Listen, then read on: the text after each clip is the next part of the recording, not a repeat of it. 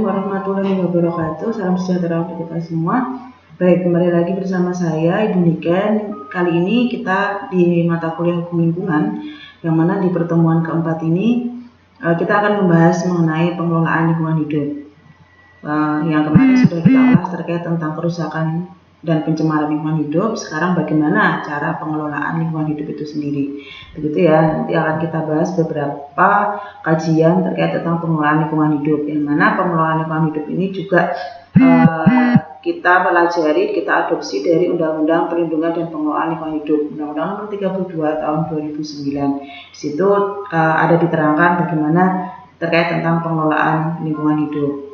Baik, langsung saja akan saya sampaikan terkait tentang pengelolaan lingkungan hidup itu seperti apa, yang mana di dalam Undang-Undang Nomor 32 Tahun 2019 tentang perlindungan dan pengelolaan lingkungan hidup ini sangat memberikan hak kepada setiap orang atau memberikan hak kepada pengusaha yang mana untuk menikmati lingkungan hidup yang baik dan sehat. Nah, hak khususnya bagi setiap orang ini atau masyarakat ini untuk menikmati bagaimana lingkungan hidup yang baik dan sehat sebagai bagian dari hak asasi manusia, sehingga pengelolaannya pun harus dijaga. Sehingga perlindungan dan pengelolaan lingkungan hidup ini meliputi berbagai upaya nantinya yang akan dilakukan oleh berbagai pihak, baik pemerintah maupun pihak yang mengelola lingkungan hidup sendiri, atau pihak penguasa atau pengusaha seperti itu. Baik nanti dari upaya yang bersifat preventif, represif, kuratif, bahkan kalau diperlukan ya secara nanti persuasif, baik persuasif, preventif, kuratif, dan represif seperti itu. Oke, kita akan masuk bagaimana pengelolaan lingkungan hidup yang ada di dalam pasal 1 kutip 2 Undang-Undang Nomor 32 Tahun 2009 tentang perlindungan dan pengelolaan lingkungan hidup.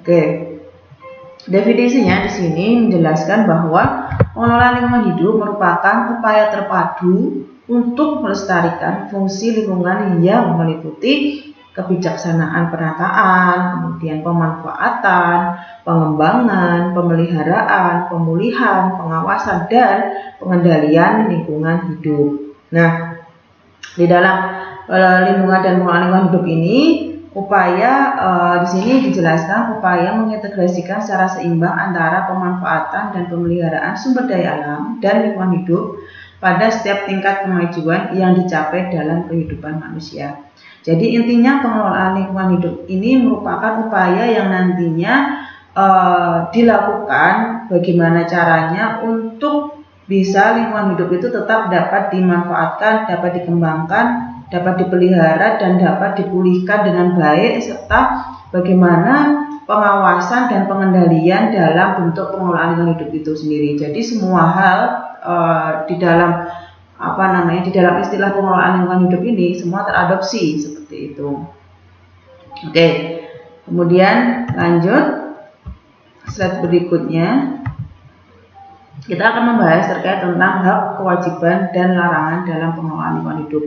Hak atas lingkungan hidup ya seperti didefinisikan baik di dalam kajian hukum maupun di dalam definisi secara umum. Hak atas lingkungan hidup yang mana seseorang memiliki sesuatu yang didapatkan, bagaimana sesuatu yang didapat itu berjalan dengan baik, atau sesuatu yang didapatkan itu sesuai dengan kehendak yang diinginkan. Kalau seperti kata di sini lingkungan hidup, artinya hak atas lingkungan hidup sendiri ini seseorang atau masyarakat mendapatkan lingkungan hidup yang sesuai dengan harapannya, yang seperti apa ya, lingkungan hidup yang baik dan kemudian yang dapat dapat memberikan manfaat bagi si masyarakat itu sendiri, begitu ya. Jadi di sini yang pertama atas lingkungan hidup akan saya sampaikan berdasarkan pasal 5 ayat 1 Undang-Undang Perlindungan dan Pengelolaan Lingkungan Hidup yang berbunyi setiap orang mempunyai hak yang sama atas lingkungan hidup yang baik dan sehat. Nah, di sini Artinya, setiap orang mempunyai hak yang sama atas lingkungan hidup yang baik dan sehat. Seperti yang saya katakan tadi, bahwa setiap masyarakat atau setiap orang menginginkan segala sesuatunya itu yang dapat bermanfaat. Bermanfaat artinya di sini ya dalam segi lingkungan hidup, ya lingkungan hidup mendapatkan lingkungan hidup yang baik dan sehat. Pengertian lingkungan hidup yang baik dan sehat ini mengandung makna bahwa lingkungan yang dapat memungkinkan manusia berkembang secara optimal. Nah, kemudian secara selaras di sini adanya jaminan semacam memberi kemungkinan bagi setiap orang untuk menuntut kepada pemerintah ketika mereka tidak dapat mendapatkan haknya tersebut. Bagaimana hak untuk dapat dapat manusia itu atau masyarakat berkembang secara optimal. Di sini artinya bahwa agar kebaikan dan kesehatan lingkungannya perlu diperhatikan dan ditingkatkan terus. Jadi ketika masyarakat tidak mendapatkan hak tersebut, maka masyarakat juga mempunyai hak untuk menuntut kepada pemerintah. Bagaimana tuntutan kepada pemerintah? Ya, menghendaki untuk kebaikan dan kesehatan dari lingkungannya itu agar diperhatikan dan ditingkatkan terus. Dan artinya di sini oleh masyarakat atau artinya oleh karenanya itu merupakan suatu kewajiban bagi negara untuk selalu menciptakan lingkungan yang baik, untuk menciptakan lingkungan hidup yang sehat bagi warganya, seperti itu ya. Nah, kemudian secara terus-menerus melakukan usaha agar ada suatu upaya untuk perbaikan dan penyehatan lingkungan hidup. Sehingga hak ini pun juga di dalam Undang-Undang Dasar 1945 itu pun juga dijamin pada setiap warga negara untuk mendapatkan penghidupan yang layak. Begitu. Nah, nanti akan secara jelas kita sampaikan bahwa di sini mengandung makna lingkungan yang dapat memungkinkan manusia berkembang secara optimal. Begitu. Walaupun demikian, di samping mempunyai hak, menurut pasal 6 ayat 1 Undang-Undang Perlindungan dan Pengelolaan Lingkungan Hidup itu berbunyi, setiap orang juga berkewajiban memelihara kelestarian fungsi lingkungan hidup serta mencegah dan menanggulangi pencemaran dan kerusakan lingkungan hidup. Ya, selain hak, seseorang pun, manusia pun, masyarakat pun juga mempunyai kewajiban. Dan nanti terkait dengan kewajiban kita akan bahas lebih lanjut. Kemudian di dalam Undang-Undang Nomor 39 Tahun 99 tentang Hak Asasi Manusia, dalam pasal 9 ayat 3 menegaskan bahwa setiap orang berhak atas lingkungan hidup yang baik dan sehat, sama seperti halnya dengan Undang-Undang Perlindungan dan Pengelolaan Lingkungan Hidup klausulanya. Nah, hal tersebut dipertegas dan dikuatkan dalam pasal 28H ayat 1 Undang-Undang Dasar Negara Republik Indonesia tahun 1945 yang menyatakan setiap orang berhak hidup sejahtera lahir dan batin, bertempat tinggal dan mendapatkan lingkungan hidup yang baik dan sehat serta berhak memperoleh pelayanan kesehatan. Begitu ya. Nah, sehingga oleh karena itu hak atas dasar atau hak atas lingkungan hidup yang baik dan sehat ini merupakan atau sebagai hak dasar seseorang yang harus dilindungi untuk mendapatkan lingkungan yang dapat mempengaruhi kelangsungan hidup manusia serta makhluk hidup lainnya dan terhindar dari pencemaran dan perusakan lingkungan secara baik dan sehat. Jadi istilahnya hak lingkungan hidup ini bagaimana caranya agar seseorang dapat terlindungi dari mendapatkan lingkungan yang mana lingkungan tersebut dapat mempengaruhi kelangsungan hidup manusia yang lainnya, seperti itu. Gitu ya istilahnya, karena ini juga hak atas lingkungan hidup juga merupakan hak asasi manusia juga yang mana dipertegas di dalam Undang-Undang Nomor 39 Tahun 99 Pasal 9 ayat 3 khususnya sini setiap orang berhak atas lingkungan hidup yang baik dan sehat. Dari segi selain dari Undang-Undang Lingkungan Hidup, dalam Undang-Undang Hak Asasi Manusia pun juga dipertegas dalam Pasal 9 ayat 3. Oke, kemudian selanjutnya hak atas lingkungan hidup ini sesuai dengan pasal 65 ayat 1 sampai dengan ayat 5, maka dapat ditemukan suatu fakta bahwa hal-hal yang terdapat dalam bidang lingkungan hidup itu adalah yang pertama meliputi hak atas lingkungan hidup yang baik, seperti yang sudah saya jelaskan tadi.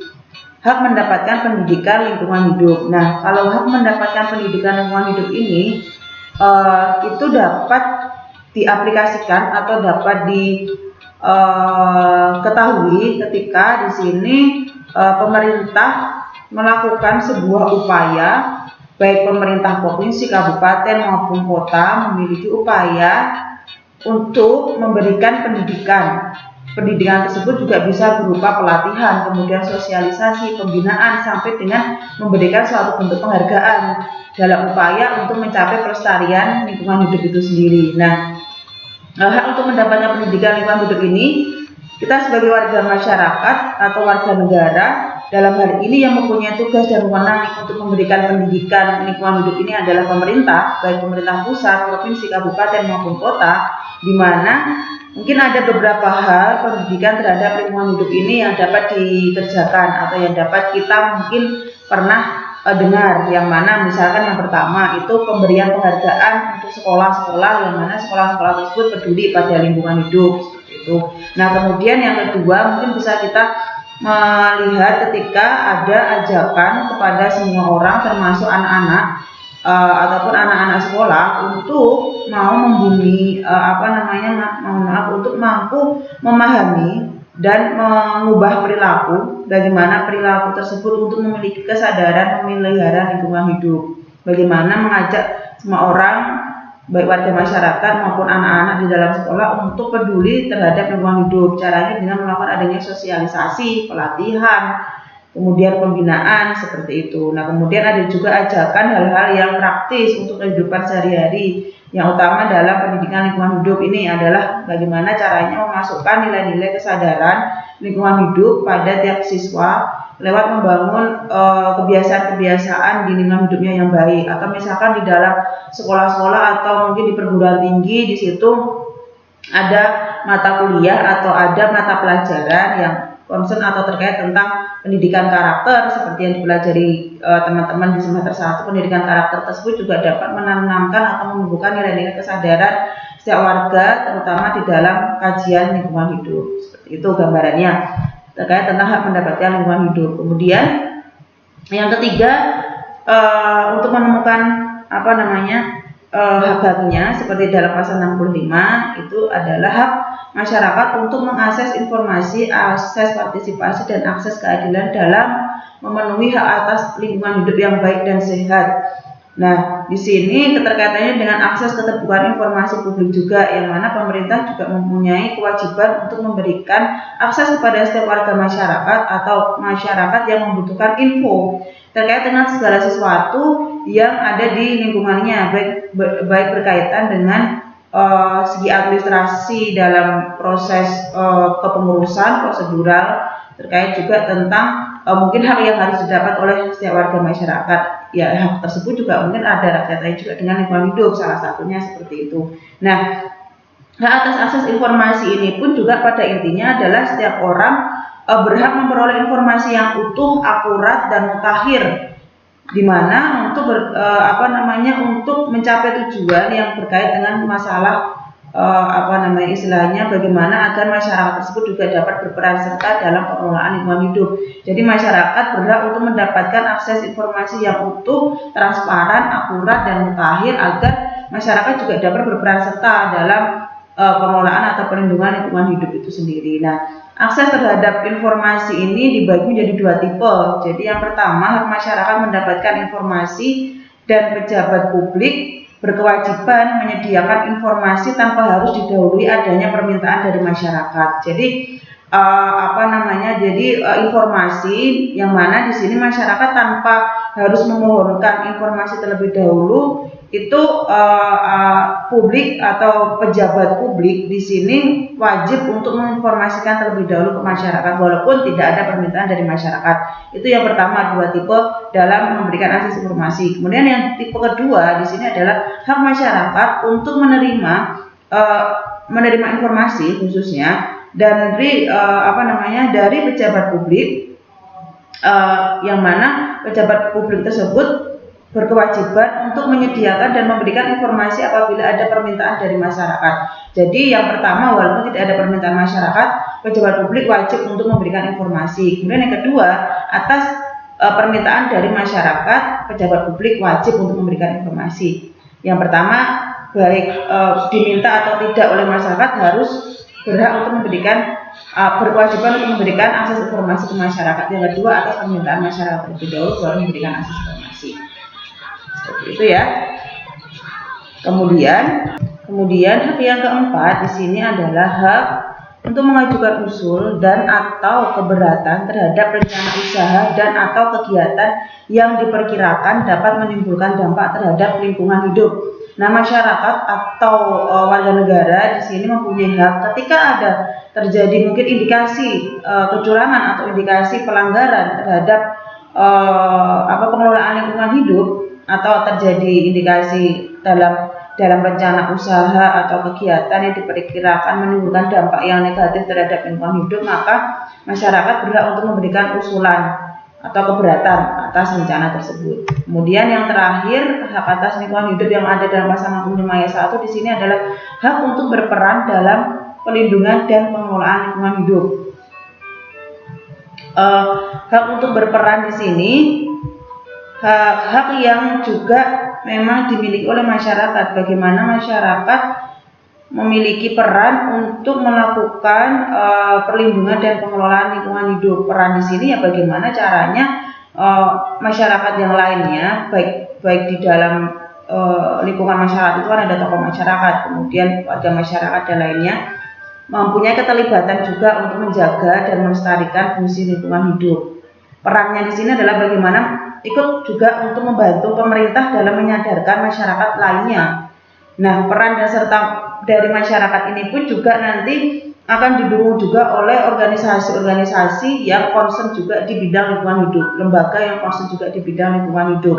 Misalkan WALHI kan sebagaimana organisasi yang concern di bidang lingkungan hidup, yang mana WALHI biasanya juga memberikan sosialisasi atau kesadaran terhadap warga masyarakat agar masyarakat pun juga dapat ikut berperan aktif dalam memberikan perlindungan dan pengelolaan lingkungan hidup, seperti itu. Nah, kemudian yang terakhir, yang terakhir adalah hak melakukan pengaduan akibat dugaan pencemaran dan atau perusakan lingkungan hidup. Nah, ini juga hampir sama dengan poin yang D, bagaimana mengajukan usul dan keberatan ketika ada terjadi pencemaran dan perusakan lingkungan hidup. Warga masyarakat berhak untuk itu. Oke. Kemudian dalam pasal 66 Undang-Undang Perlindungan dan Pengelolaan Lingkungan Hidup menyatakan atau menyebutkan setiap orang yang memperjuangkan hak atas lingkungan hidup yang baik dan sehat tidak dapat dituntut secara pidana maupun digugat secara perdata. Nah, klausula dalam pasal 66 Undang-Undang Perlindungan dan Pengelolaan Lingkungan Hidup ini pasal yang merupakan pasal baru, yang mana merupakan hak yang baru yang dirumuskan ke dalam Undang-Undang Perlindungan dan Pengelolaan Lingkungan Hidup ini di tahun 2009. Tepatnya pada pasal 66 ini menegaskan bahwa setiap orang yang memperjuangkan hak atas lingkungan hidup yang baik dan sehat tidak dapat dituntut secara pidana maupun secara perdata. Nah, salah satu hal yang melatar belakangi penegasan pengakuan hak gugat ini dilatar belakangi karena berbagai kasus pelanggaran ketika itu. Ada pelanggaran terhadap perusakan lingkungan hidup dan pencemaran lingkungan hidup. Nah, ini untuk memperjelas atau memberikan gambaran agar kasus-kasus yang terjadi ketika seseorang sebenarnya ingin mengupayakan untuk tetap berlanjutnya lingkungan hidup yang baik dan sehat, tapi malah kemudian dituntut dan dipidana agar tidak menimbulkan traumatik pada masyarakat yang hendak melaporkan atau yang hendak memberikan keberatan terhadap adanya rencana usaha dan atau kegiatan yang menimbulkan dampak lingkungan hidup atau melaporkan ketika adanya pencemaran atau perusakan lingkungan hidup. Jadi ketika seorang ingin memperjuangkan hak atas lingkungan hidupnya dengan baik dan sehat, dia tidak kemudian bisa untuk dituntut pidana ataupun digugat dalam bentuk perdata seperti itu, karena agar masyarakat di sini berani untuk melaporkan segala sesuatu ketika ada indikasi ternyata di situ menimbulkan adanya suatu pelanggaran pencemaran lingkungan hidup atau perusakan lingkungan hidup, seperti itu ya. Oke, semoga dapat dipahami. Kemudian saya lanjutkan di sini kewajiban terhadap lingkungan hidup. Selain hak pasti juga akan ada kewajiban. Hak sesuatu yang didapat, kewajiban itu adalah sesuatu yang harus dijalankan, harus dilakukan, seperti itu. Nah, di dalam kaitannya dengan lingkungan hidup, nah pengaturannya itu ada diatur di dalam pasal 67 dan 68 Undang-Undang Perlindungan dan Pengelolaan Lingkungan Hidup. Dalam pasal 67 ini mengatur bahwa setiap orang berkewajiban memelihara kelestarian fungsi lingkungan hidup serta mengendalikan penyemaran dan atau perusakan lingkungan hidup. Nah, ketentuan pasal ini memuat dua kewajiban bagi masyarakat. Yang pertama, kewajiban untuk memelihara kelestarian fungsi lingkungan hidup, dan yang kedua, kewajiban mengendalikan pencemaran dan atau kerusakan lingkungan hidup. Oke, ada dua kewajiban di dalam pasal 67. Kewajiban untuk memelihara kelestarian fungsi lingkungan hidup dan kewajiban mengendalikan pencemaran dan atau kerusakan lingkungan hidup. Oke, kemudian di dalam pasal 68 Undang-Undang Nomor 32 Tahun 2009 menyebutkan bahwa setiap orang yang melakukan usaha dan atau kegiatan berkewajiban yang pertama memberikan informasi yang terkait dengan perlindungan dan pengelolaan lingkungan hidup secara benar, akurat, terbuka dan tepat waktu. Kemudian yang kedua, menjaga keberlanjutan fungsi lingkungan hidup. Dan yang ketiga, menaati ketentuan tentang baku mutu lingkungan dan atau kriteria baku kerusakan. Nah, sehingga dengan demikian pasal 67 Undang-Undang Perlindungan dan Pengelolaan Lingkungan Hidup ini kewajiban yang bersifat umum. Artinya kewajiban ini ditujukan ditujukan kepada orang yang menjalankan usaha atau kegiatan pengusahaan dan yang tidak menjalankan usaha dan atau kegiatan. Jadi, dan dalam pasal 67 ini kewajiban yang ditujukan kepada orang yang menjalankan usaha dan yang tidak menjalankan usaha. Tetapi kalau dalam pasal 68 ini kewajiban yang bersifat khusus, yang mana kewajiban ini hanya ditujukan kepada orang yang menjalankan usaha dan atau kegiatan, begitu. Jadi 67 ini baik orang yang melakukan kegiatan usaha ataupun tidak wajib untuk menjalankan ini. Pasal 68 ini dikuatkan bagi orang yang melakukan kegiatan usaha. Seperti itu ya. Oke, kemudian kita lanjut. Sanksi bagi yang tidak menjalankan kewajiban terhadap lingkungan hidup. Jadi ketika memang itu kewajiban, bagaimana orang harus melakukan hal tersebut, wajib untuk melakukan hal tersebut, maka ketika sesuatu kewajiban tersebut tidak dijalankan, sehingga pasti akan menimbulkan adanya suatu akibat hukum. Seperti apa akibat hukumnya? Yang pemberian sanksi bagi yang tidak menjalankan kewajiban terhadap lingkungan hidup itu sendiri, begitu ya. Nah, sanksi bagi yang tidak menjalankan kewajiban terhadap lingkungan hidup ini sebagaimana yang telah dikemukakan, apabila kewajiban itu dilanggar, maka orang yang melanggarnya dapat dikenakan sanksi ancaman hukuman. Di antaranya yang pertama, pengusaha yang tidak melaksanakan kewajiban sebagaimana yang diatur dalam pasal 68 tadi, huruf A khususnya, Undang-Undang Perlindungan dan Pengelolaan Lingkungan Hidup, yakni memberikan informasi yang benar diancam dengan pidana, sebagaimana yang diatur dalam pasal 113 Undang-Undang Perlindungan dan Pengelolaan Lingkungan Hidup. Oke, sekarang kita coba buka pasal 113 Undang-Undang Perlindungan dan Pengelolaan Lingkungan Hidup. Nah, kita coba buka Undang-Undang Nomor 32 Tahun 2009 tentang Perlindungan dan Pengelolaan Lingkungan Hidup, yang mana tadi terdapat di dalam pasal 113. Bagaimana bentuk ancaman pidana ketika tidak menjalankan kewajiban yang diberlakukan tersebut ya. Oke, ini saya bukakan pasal 113. Setiap orang yang memberikan informasi palsu, menyesatkan, menghilangkan informasi, merusak informasi, atau memberikan keterangan yang tidak benar yang diperlukan dalam kaitannya dengan pengawasan dan penegakan hukum yang berkaitan dengan perlindungan dan pengelolaan lingkungan hidup, sebagaimana dimaksud dalam pasal 69 ayat 1 huruf J, dipidana dengan pidana penjara paling lama 1 tahun dan denda paling banyak 1 miliar rupiah. Nah, sudah jelas di sini disebutkan atau dikatakan bahwa seseorang yang melanggar dari ketentuan pasal tadi, ya sebagaimana saya bukakan lagi di dalam pasal 113 memberikan informasi yang tidak benar, maka akan diancam pidana sebagaimana diatur dalam pasal 113 yang saya bacakan tadi ya. Nanti coba buka lagi Undang-Undang tentang Perlindungan dan Pengelolaan Hidupnya. Bagaimana diatur sanksi bagi yang tidak menjalankan kewajiban seperti yang sudah dicantumkan. Kemudian contoh lainnya lagi, setiap orang dalam hal ini perorangan pelanggaran terhadap kewajiban sebagaimana diatur dalam pasal 67 Undang-Undang Perlindungan dan Pengelolaan Hidup, atau pengusaha pelanggaran terhadap kewajiban sebagaimana diatur dalam pasal 68 huruf C Undang-Undang Perlindungan dan Pengelolaan Hidup, yakni yang tidak menaati baku mutu lingkungan hidup dan atau kriteria baku kerusakan lingkungan hidup diancam dengan pidana sebagaimana yang diatur dalam pasal 98 Undang-Undang Perlindungan dan Pengelolaan Lingkungan Hidup. Nah, ancaman dengan pidana ini ketika seseorang terbukti melanggar pasal 98 Undang-Undang Perlindungan dan Pengelolaan Lingkungan Hidup. Seperti apa? Dalam pasal 98 kita akan buka lagi Undang-Undang Perlindungan dan Pengelolaan Lingkungan Hidup pasal 98. Pasal 98. Oke.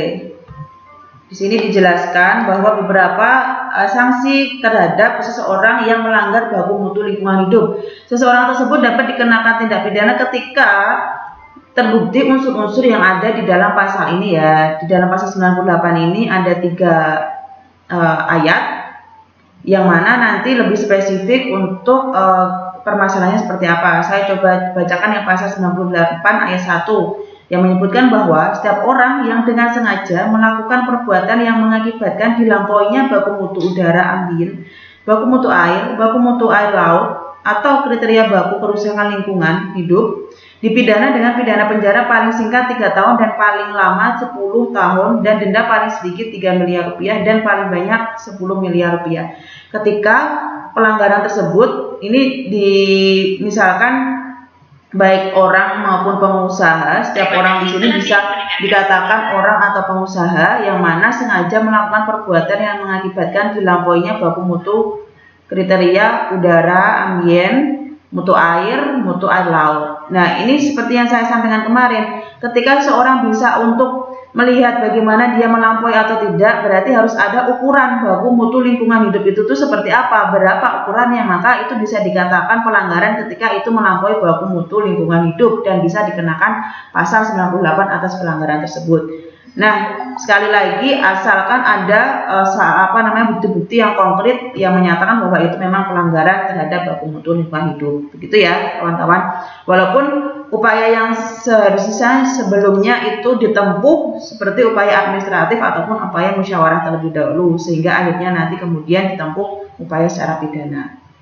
Oke, begitu terkait dengan sanksi apabila kewajiban tidak dijalankan. Kemudian ini beberapa larangan dalam pengelolaan lingkungan hidup. Banyak sekali terdapat dalam pasal 69 ayat 1 yang mana nanti silakan baca teman-teman semuanya, mahasiswa semuanya, bahwa yang pertama di sini setiap orang dilarang yang pertama melakukan perbuatan yang mengakibatkan pencemaran dan atau perusakan lingkungan hidup, itu jelas dilarang. Kemudian memasukkan B3 di sini bahan berbahaya dan beracun yang dilarang menurut peraturan perundang-undangan ke dalam wilayah negara kesatuan Republik Indonesia. Kemudian memasukkan limbah yang berasal dari luar wilayah negara kesatuan Republik Indonesia ke media lingkungan hidup negara kesatuan Republik Indonesia. Banyak sekali. Kemudian memasukkan limbah bahan berbahaya dan beracun ke dalam wilayah negara Republik Indonesia, membuang limbah ke media lingkungan hidup, membuang B3 dan limbah B3 ke media lingkungan hidup, melepaskan produk rekayasa genetik ke media lingkungan hidup yang bertentangan dengan peraturan perundang-undangan dan izin lingkungan, melakukan pembukaan lahan dengan cara membakar, menyusun AMDAL tanpa memiliki sertifikat kompetensi penyusun AMDAL, dan atau memberikan informasi palsu, menyesatkan, menghilangkan informasi, merusak informasi, dan memberikan keterangan yang tidak benar. Larangan-larangan tersebut jelas nanti di dalam pasal selanjutnya akan ada implikasinya atau akibat hukumnya yang mana juga akan dijelaskan terkait tentang sanksi atas bentuk pelanggaran-pelanggaran yang dicantumkan di dalam pasal 69 ayat 1 Undang-Undang Perlindungan dan Pengelolaan Lingkungan Hidup ini. Begitu ya, mahasiswaku semuanya. Oke, sekarang kita lanjut peran masyarakat dalam pengelolaan lingkungan hidup. Peran masyarakat ini penting untuk pengelolaan dan lingkungan hidup yang mana berdasarkan asas partisipatif ya ini. Asas yang termuat pada pasal 2 huruf K sebagaimana diuraikan pada penjelasan pasal 2 bermakna bahwa setiap anggota masyarakat didorong untuk memberikan peran aktif dalam proses pengambilan keputusan dan pelaksanaan pelindungan serta pengelolaan lingkungan hidup baik secara langsung maupun tidak langsung. Jadi peran serta masyarakat ini sangat penting yang mana kemudian dikuatkan dalam pasal 70 Undang-Undang Perlindungan dan Pengelolaan Lingkungan Hidup. Ketentuan peran serta masyarakat di sini silakan dibaca lagi. Yang pertama, masyarakat memiliki hak dan kesempatan yang sama dan seluas-luasnya untuk berperan aktif dalam perlindungan dan pengelolaan lingkungan hidup. Yang kedua, peran masyarakat dapat berupa yang pertama pengawasan sosial, pemberian saran, pendapat, usul, keberatan, pengaduan, dan atau penyampaian informasi dan atas laporan. Seperti yang saya sampaikan di awal tadi bahwa peran masyarakat itu dapat mengawasi bagaimana oknum dalam melakukan suatu pengelolaan atau pemanfaatan lingkungan hidup. Ketika memang itu berindikasi ada terjadi suatu permasalahan, kerusakan, pencemaran lingkungan hidup, maka dari pengawasan sosial tersebut masyarakat dapat melaporkan ke instansi atau pihak yang berwenang untuk memberikan tindak lanjut atas pelanggaran yang terjadi. Siapa yang memberikan tindak lanjut atas pelanggaran yang terjadi? Sisi yang berwenang yaitu pemerintah, yang mana pemerintah yang berwenang kaitannya dengan lingkungan hidup. Kemudian selain itu peran masyarakat juga dapat dilakukan untuk meningkatkan kepedulian dalam pelindungan dan pengelolaan lingkungan hidup, meningkatkan kemandirian, keberdayaan masyarakat dan kemitraan, serta menumbuh kembangkan kemampuan dan kepelaporan masyarakat dan menumbuh kembangkan ketanggap segeraan masyarakat untuk melakukan pengawasan sosial. Itulah tujuan yang dilakukan dalam masyarakat itu berperan aktif untuk mengelola lingkungan hidup agar hak yang didapat oleh masyarakat seperti hak untuk mendapatkan lingkungan hidup yang baik dan sehat itu dapat terpenuhi dengan baik. Nah, dapat terpenuhi dengan baik juga tidak juga tidak jauh pula dengan keikutsertaan masyarakat untuk berperan aktif dalam penyelenggaraan pengelolaan lingkungan hidup ini. Gitu ya, kawan-kawanku, mahasiswaku semuanya. Nah, kemudian ini asas-asas pengelolaan lingkungan hidup. Asas-asas di sini banyak sekali, ada asas tanggung jawab negara, asas kelestarian dan keberlanjutan, asas keserasian dan keseimbangan, asas keterpaduan, asas manfaat, asas kehati-hatian, asas keadilan, ekoregion, keanekaragaman hayati, pencemar membayar, partisipatif, kearifan lokal, tata kelola pemerintah yang baik, dan otonomi. Oke, jadi terkait tentang definisi dari asas-asas pengelolaan lingkungan hidup di sini, silakan dapat teman-teman baca atau mahasiswa aku baca di pasal penjelasan dalam Undang-Undang Perlindungan dan Pengelolaan Lingkungan Hidup ya. Coba saya bukakan lagi Undang-Undang Perlindungan dan Pengelolaan Hidup dalam pasal penjelasan. Di situ terdapat di dalam pasal 2 terkait tentang asas-asasnya penjelasan. Nah, di dalam penjelasan ini silakan nanti mahasiswaku semuanya baca dan dicatat. Ini dalam pasal 2 yang mana asas tanggung jawab negara di sini dijelaskan. Kemudian dalam huruf G asas kelestarian dan keberlanjutan, asas keserasian dan keseimbangan, asas keterpaduan, asas manfaat, asas kehati-hatian, asas keadilan, asas ekoregion, asas keanekaragaman hayati, asas pencemar membayar, asas partisipatif, asas kearifan lokal, asas tata kelola pemerintahan yang baik, asas otonomi daerah. Jadi ada 14 asas di sini yang teman-teman harus tahu dan teman-teman harus ketahui dan catat definisinya, karena dalam PPT tidak saya jelaskan secara detail. Teman-teman bisa baca di pasal penjelasan Undang-Undang Perlindungan dan Pengelolaan Hidup. Silahkan saya sarankan untuk dicatat agar bisa kedepannya ketika ada pertanyaan terkait tentang asas, teman-teman semua dapat menjawab. Begitu ya, ketika ada hal yang tidak paham bisa ditanyakan di forum e-learning. Begitu. Oke. Untuk video pembelajaran materi pertama di mata kuliah lingkungan hidup, mata kuliah hukum lingkungan terkait tentang pengelolaan lingkungan hidup. Saya cukupkan sampai dengan asas-asas pengelolaan lingkungan hidup. Untuk nanti pembahasan selanjutnya akan saya sampaikan di video yang kedua. Nanti masih akan ada materi terkait tentang paradigma pengelolaan lingkungan hidup, baik paradigma baru dan paradigma lama. Begitu ya, saya akan lanjut nanti video yang kedua. Terima kasih untuk yang untuk video pembelajaran yang kedua ini saya sampaikan, kurang lebihnya mohon maaf. Wassalamualaikum warahmatullahi wabarakatuh.